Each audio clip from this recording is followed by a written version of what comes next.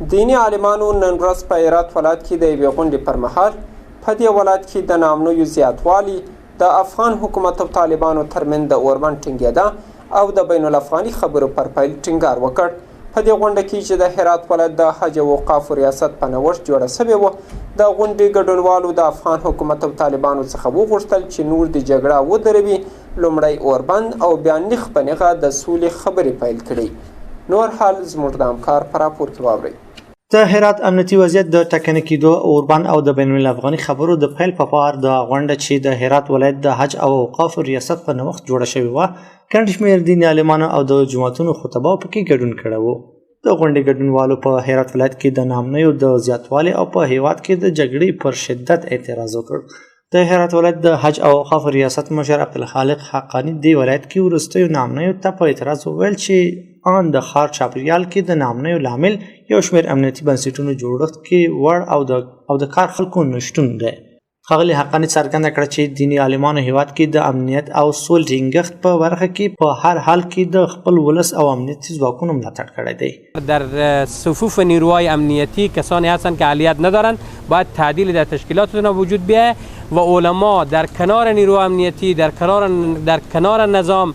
برای حمایت از نیروی امنیتی، برای تامین امنیت مثل یک سرباز کار میکنن، از طریق منابر مردم را به جهت تامین امنیت تشویق میکنن. این مسئولیت علماء که برای حراست از جان و مال مردم روشنگری داشته باشند، نظام و ملت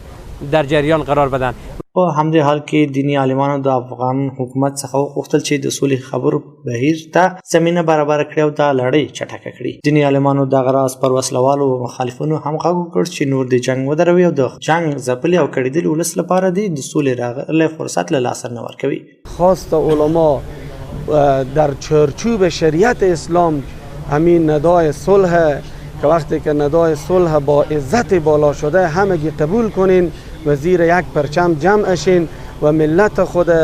و کشور خود از این حالت بحرانی، از این حالت جنگ زده به طرف صلح، آرامش، پیشرفت و ترقی سوق بدیم. خواست ما از دولت جمهوری اسلامی افغانستان از مرکز است که این پروسه صلح تسریع ببخشند و همچنین از برادرای طالبی که در زمینه کار میکنند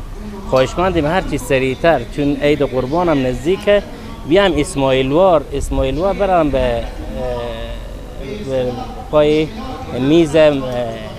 صلح بشینن و تا باشه مردم افغانستان از این نعمت صلح مثل دیگه جهانیان برخوردار شد. بلخوا مدني فعالان هم هیواد کې د روان کړکېچ د هواري او مهم مسایلو د دیني عالمانو رول موثر او رغنده یادوي او وایي چې دیني عالمان باید د جګړې ښکیل لوري وهڅوي چې د مذاکرو میزکینی. بدون شک نقش علما بسیار میتونه سازنده باشه، همان طوری که همیشه منبع تعیین کننده سرنوشت مردم بوده. اکنون علما کمر همت بسته کردم. اگر واقعا علما اراده حقیقی برای